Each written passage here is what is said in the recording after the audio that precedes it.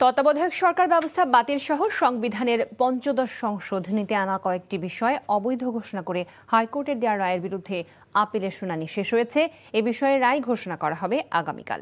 প্রধান বিচারপতির নেতৃত্বাধীন ৪ সদস্যের আপিল বেঞ্চ আজ রাষ্ট্রপক্ষের শুনানির মধ্য দিয়ে এই মামলার আপিল শুনানি শেষ হয়। এ নিয়ে রিপোর্ট করছেন হাসান জাভেদ।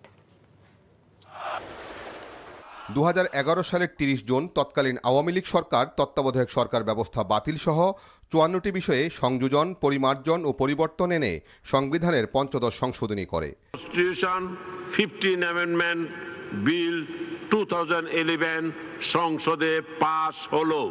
জুলাই অভ্যুত্থানে আওয়ামী লীগ সরকারের পতনের পর সেই সংশোধনীর বিরুদ্ধে সুজন সম্পাদক বদিউল আলম মজুমদার সহ 5 জন এবং নওগাঁর আরেক ব্যক্তি পৃথক 2টি রিট করেন। এতে বিএনপি মহাসচিব এবং জামাতের সেক্রেটারি জেনারেল সহ আরও কয়েকজন পক্ষভুক্ত হন। রিটের শুনানি শেষে 2024 সালের 17 ডিসেম্বর হাইকোর্ট পঞ্চদশ সংশোধনীর 6টি বিধানকে অবৈধ ঘোষণা করে রায় দেয়। এর ফলে তত্ত্বাবধায়ক সরকার ব্যবস্থা এবং গণভোটের বিধান ফিরে আসে। হাইকোর্টের রায়ের পর পঞ্চদশ সংশোধনী পুরোপুরি বাতিল চেয়ে আপিল করেন বদিউল আলম মজুমদার সহ 4 জন। পুরো সংশোধনী কেন বাতিল করতে হবে সেই যুক্তি তুলে ধরেন তাদের আইনজীবী। এই যে গণভোটের প্রক্রিয়াটা অনুসরণ করা হয়নি, এর কারণে পুরো সংশোধনীটাই প্রশ্নবিদ্ধ হয়েছে। এটা সংবিধানের সাথে এক ধরনের প্রতারণা হয়েছে। দেশে একটা কর্তৃত্ববাদী ব্যবস্থা চালু করার জন্য এটা করা হয়েছে। আপিল শুনানিতে জামাতের আইনজীবী এবং রাষ্ট্রের প্রধান আইন কর্মকর্তা বলেন, রাষ্ট্রের নীতি নির্ধারণী বিষয়গুলোতে হস্তক্ষেপ না করে সেসব বিষয়ে সিদ্ধান্ত নেয়ার দায়িত্ব সংসদের হাতে ছেড়ে দেওয়া উচিত।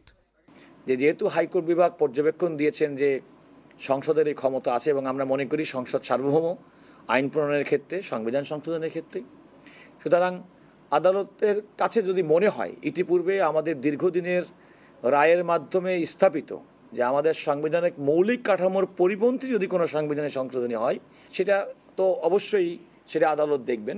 কতগুলো বিষয় আছে নীতি নির্ধারণী, যেমন সেকুলারিজম কিংবা absolute faith in trust in almighty Allah থাকবে কিনা, বিসমিল্লাহির রহমানির রহিম থাকবে কিনা, রাষ্ট্র পরিচালনার মূলনীতি কি হবে, এই বিষয়গুলো মূলত আদালতের কাজ না।